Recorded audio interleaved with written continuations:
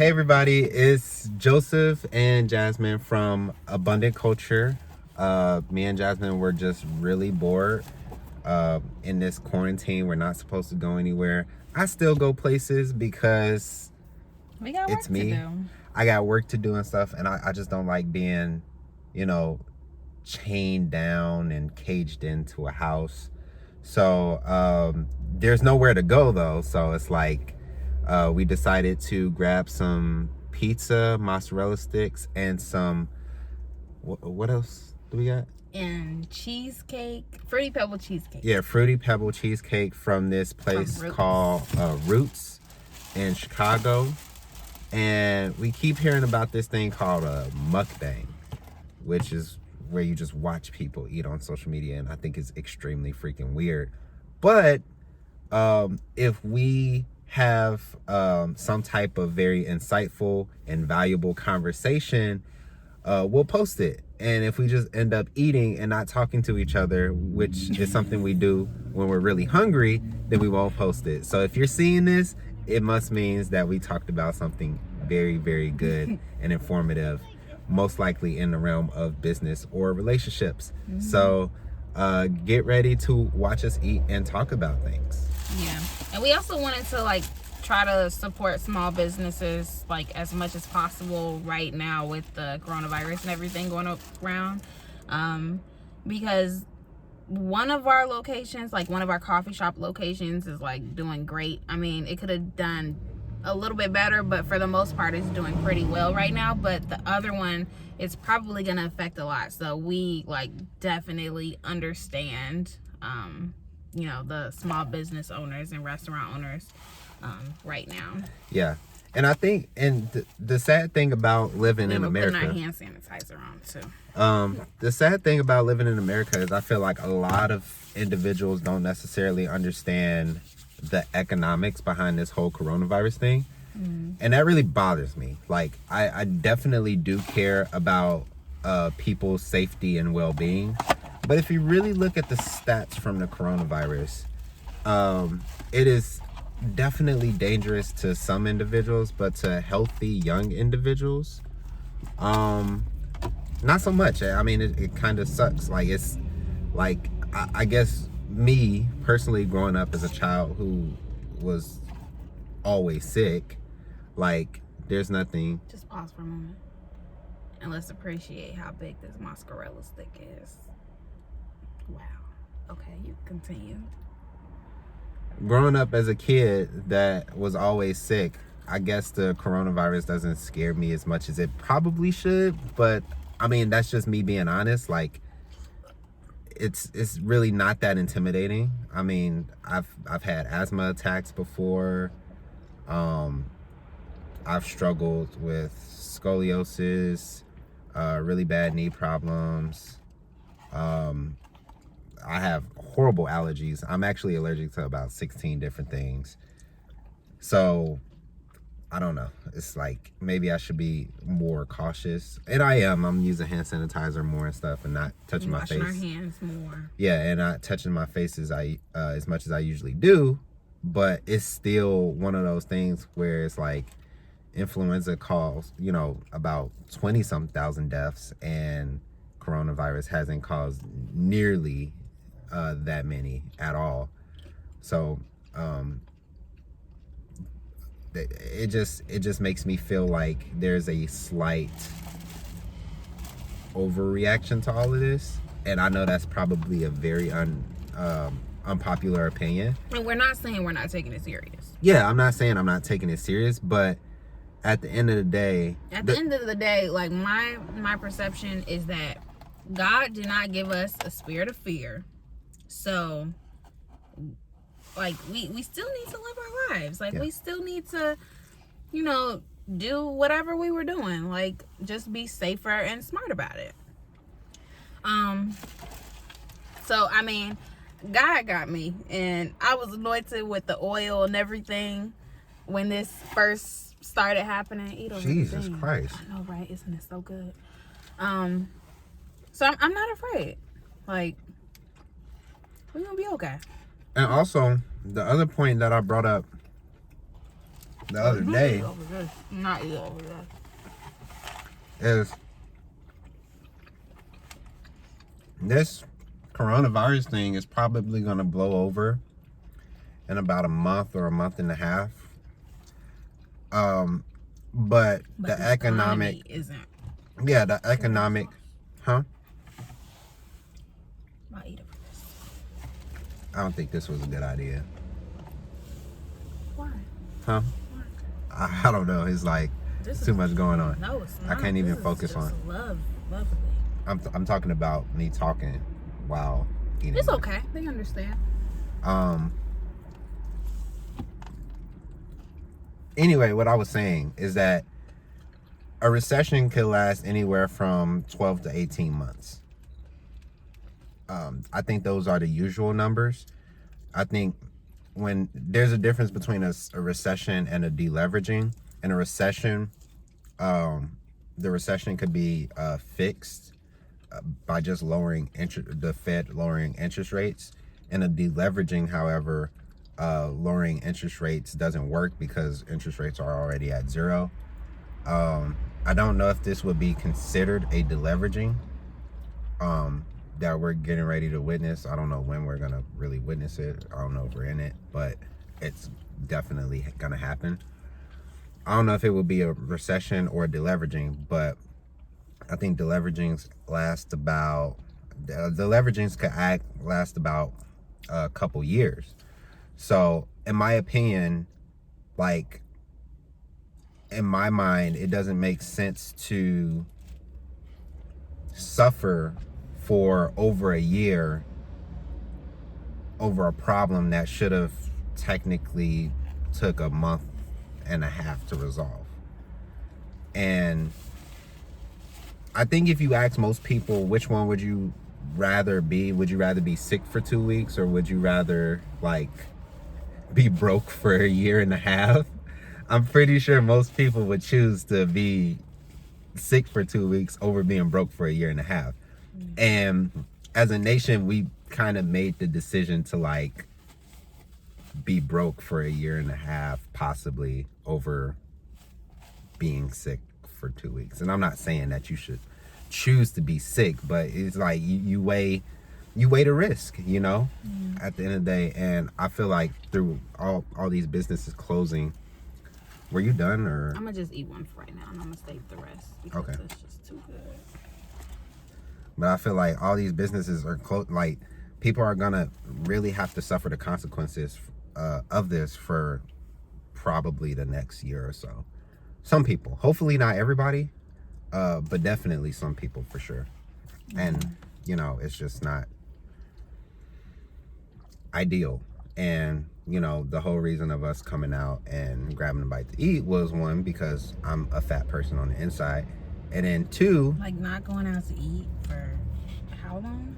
I can't. Yeah, but two, also because we, as business owners, we understand it, and we feel like this nation doesn't really understand, like I said, the economics behind the whole thing. And I feel like a lot of people look over the needs of business owners, and people need to remember, like, they act like the government is the one and only employer, and they aren't. You know, I don't even think the government employs, they don't even employ half the economy. So who's employing majority of it? It's small and big businesses, and both are catching hell right now. It's the big businesses catching hell, and small businesses are too. And unfortunately, like all small businesses can't afford to like pay their employees for not working. Like, to be honest, we're in that situation. Like, this hit us at a terrible time when we went through our reserves. We just bought the company, and like everything just went unexpected, and then this hit on top of that, and it's like we just couldn't afford to pay our employees for not being there. And it really sucks. And we know that there's probably a lot of other businesses out there that are in the same position, because a lot of businesses, like small businesses, probably don't even have reserve accounts. Yeah. So, I mean, and then, you know, everybody still got bills. Yeah. So, and it just sucks for everybody right now. Yeah, and I hear a lot of people saying, oh, you know, business owners should do this for their employees. Unless you have ever paid an employee, I don't want to hear that. Because a lot of y'all comment with the preconceived notion that all business owners are wealthy or rich. And that's not the case at all. There was actually a stat like a while back ago. Am I in the way? Where somebody said that the average self-employed person makes less than the average employed person. And that's because as a business owner, we take a lot of risks. And, you know, at the end of the day, as a business owner, you have to be willing to be the guy who pays all his employees and doesn't pay himself. Because that's a very true reality of what you're getting into when you have employees. I'm not saying that everybody makes that decision, but I feel like if you look back on a lot of successful CEOs' journeys, there have definitely been times in their life where they paid their employees and they didn't take a paycheck because they could not take a paycheck. So everybody who comments and say, oh, business owners should do this, they should do that. Look, there's business owners that were suffering financially well before the coronavirus even showed up. And to them, it's literally the same thing almost, because it's like they were already struggling before. So for you to tell them that they should pay their employees to be off, it's like you're implying that they have the resources to do so, and that's not always the case. There's just been like a lot of people being insensitive about the subject, and I mean, you know, that's subjective, and we've probably, I mean, I know I definitely haven't been sensitive to a lot of stuff because I've been irritated and frustrated and stuff too, just like everybody else. But we gotta come together a little bit better. We gotta do better.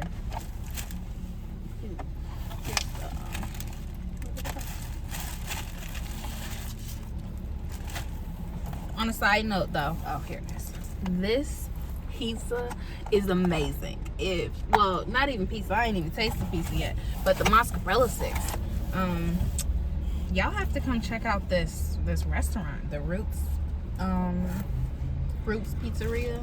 I can guarantee you, I have somebody, if we do put this on social media, somebody's cringing right now because we're not smacking. I don't care how I look. Yeah, he needs a haircut. Well, not even that, just that. I lick my fingers. I don't care. It could be a zombie apocalypse. I'm gonna lick my fingers after I get done eating. Just don't smack. Nobody wants to hear that. I don't. You do that. No, you do. No, I don't. Yes, you do.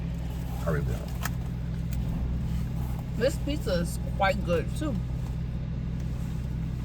And you guys could tell like who actually loves food and who just likes food, because like I don't feel the need to have a conversation about what I'm eating, but I thought this was a mukbang. That's what it's called, right? Mukbang? But I didn't know you had to talk about the food you were eating. Oh. I thought you just eat it and then just have natural conversations. You over here doing full This reviews. is natural. This is 5 stars on Yelp. Like, look, I'm just trying to help my people out. I will want somebody to do the same for me. You say so. It's good, but I mean, I would like. It's especially those mozzarella sticks. If you don't get the pizza, at least go for the mozzarella sticks, because on the box it says, where was that? Was it in the box? It was somewhere. I just saw it, and it said it was like the best mozzarella sticks. I think it was maybe on the bag or something. But do you notice that you say mozzarella and not mozzarella? Okay, my bad. I was just wondering if you noticed that you did that. I don't really pay that much attention to it.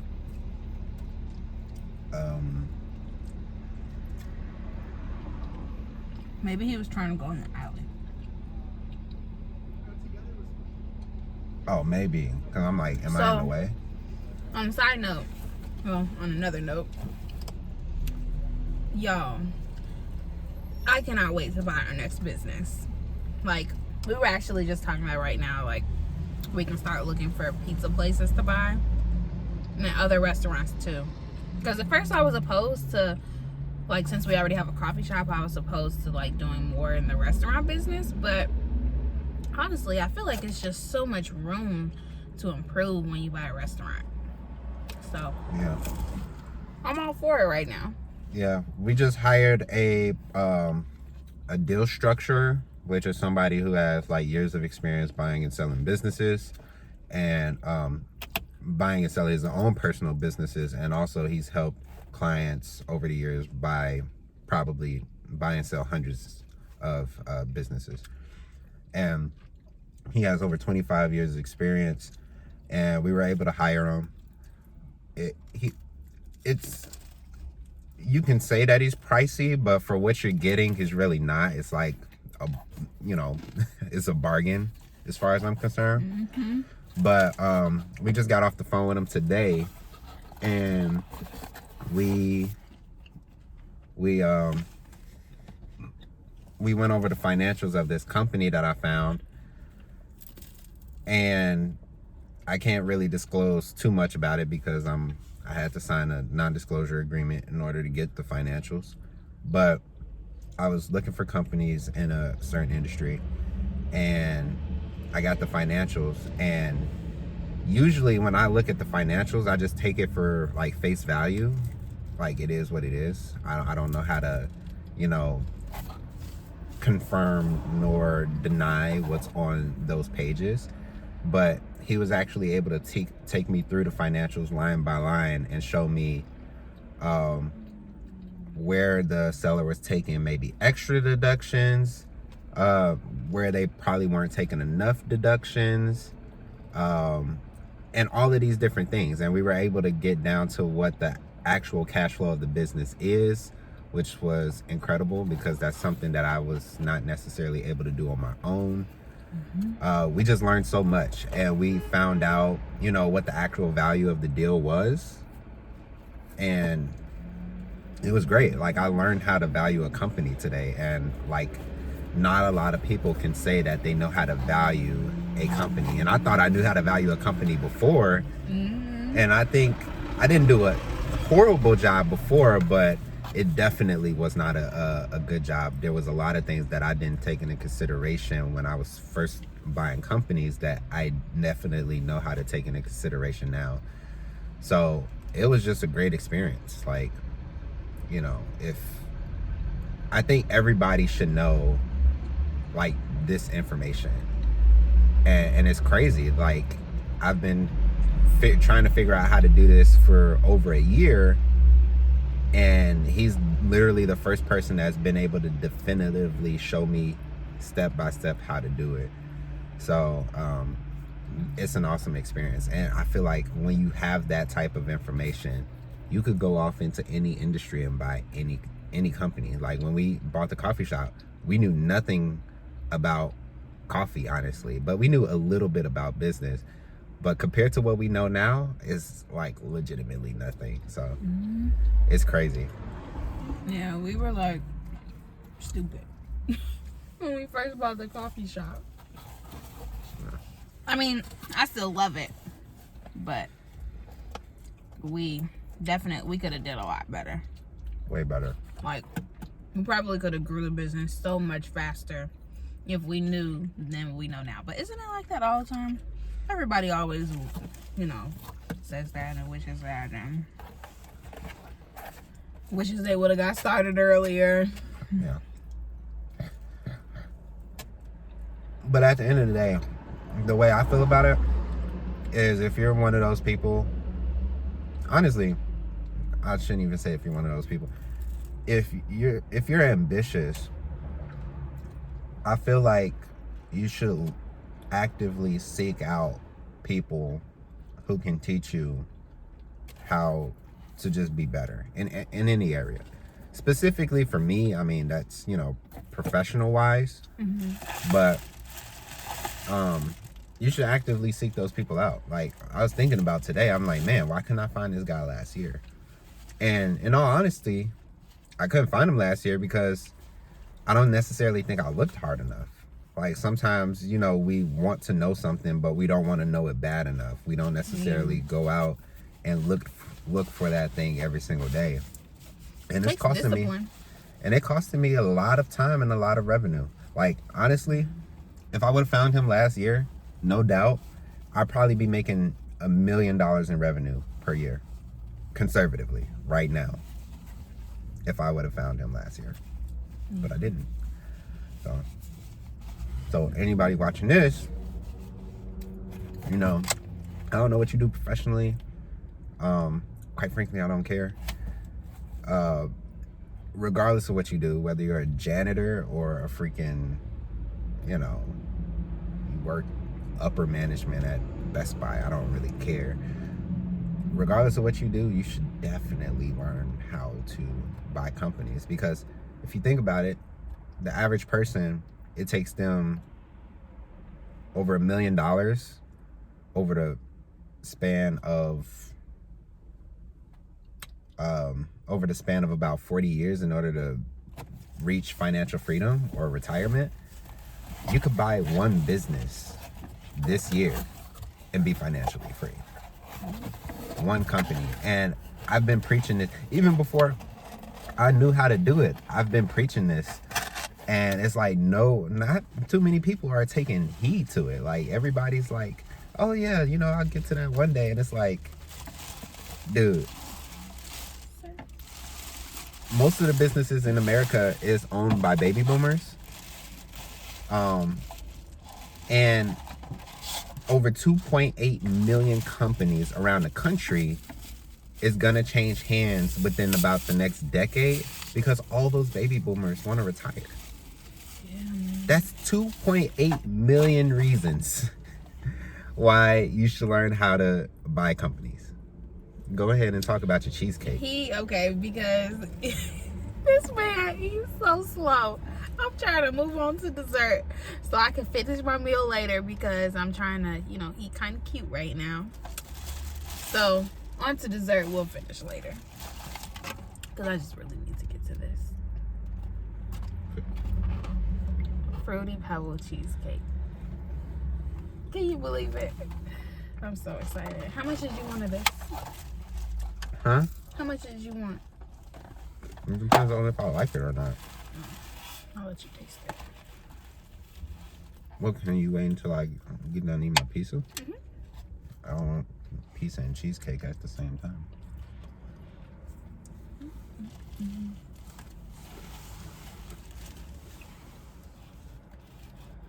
What else can we talk about? I don't know. You just so rudely interrupted me, so you should come up with the next topic. Y'all see how he treats me?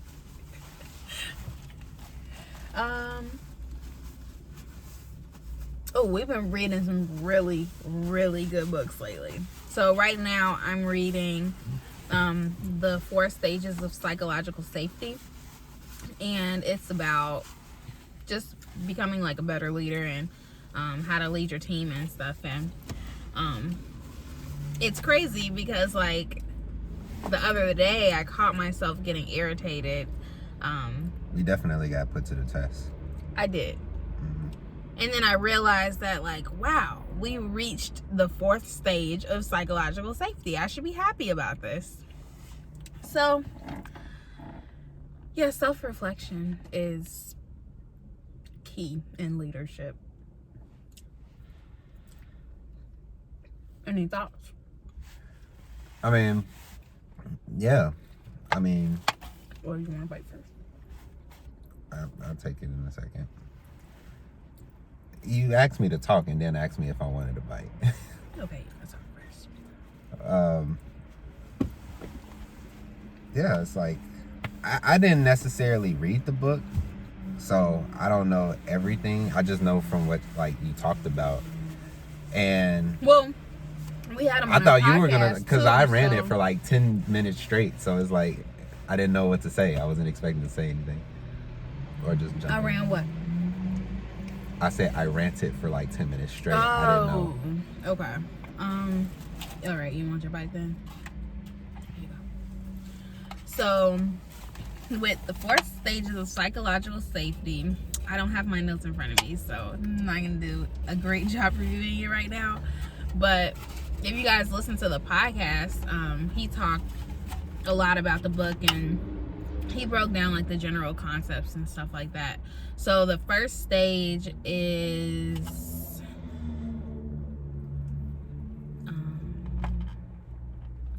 the second stage is learner safety, then contributor safety. The 4th stage is challenger safety. What is the first one? Isn't it inclusion? Yes, inclusion safety is the first one. Didn't even read the book. Be quiet. So the first stage is inclusion safety, and like in the book, I like how he brings in like he talks about racism and sexism and how women couldn't vote, and about like slavery, and he even brings in like a couple of Martin Luther King quotes and stuff. So it was like really cool that he wasn't just talking about the stages like in a business sense. It was more so just like a worldly society sense that also helps in business.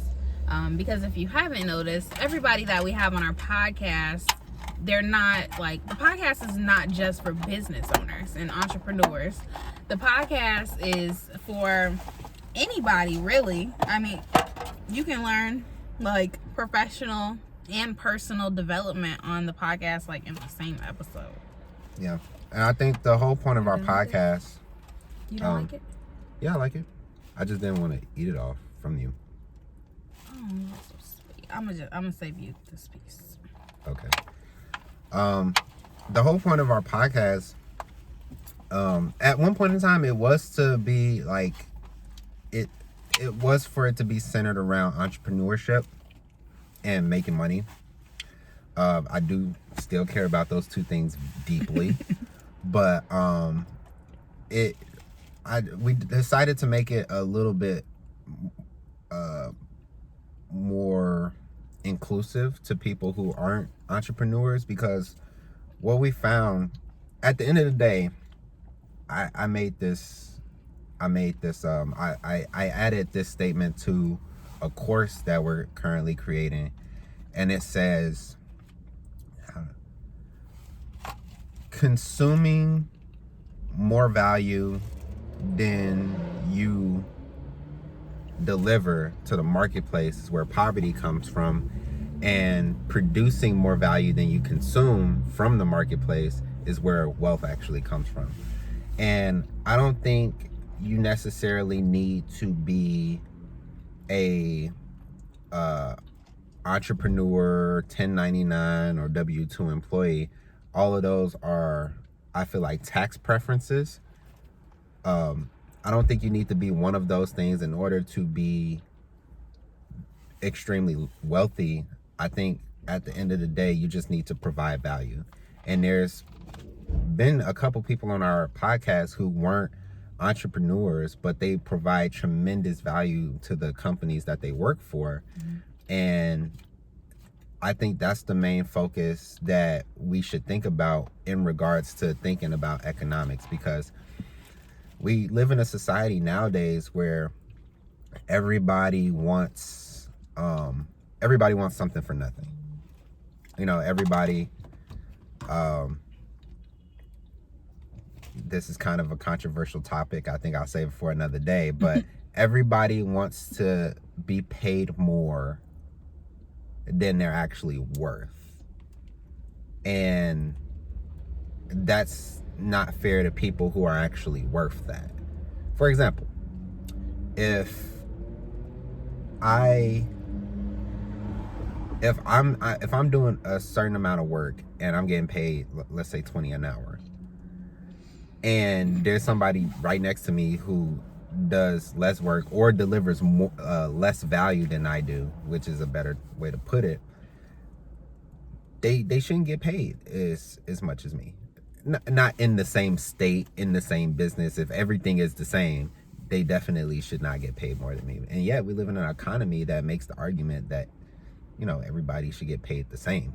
And, you know, I don't necessarily agree with that. There's arguments for it, but historically that's never worked out for anybody very well, honestly. I don't even know what we were talking about before that. What were we talking about? But she was talking about 30 minutes. You want to keep going? I mean, I was just gonna relate it back to the psychological safety. Okay. But you can. Then you can wrap it up for the folks. In all honesty, at the end of the day, psychological safety is if you're in a leadership position in a company, can your people talk to you without being afraid of your thoughts on what they're going to say to you? And I think Ray Dalio is the person who came up with the term radical openness or open-mindedness. And that's what we really strive for in all our companies. It's just because if the thing about a hierarchy is it feels great if you're the guy on top of the hierarchy. But the problem is when that hierarchy, there's so much distance between you and the people that work for you. They can't come to you with fresh ideas. They can't come to you with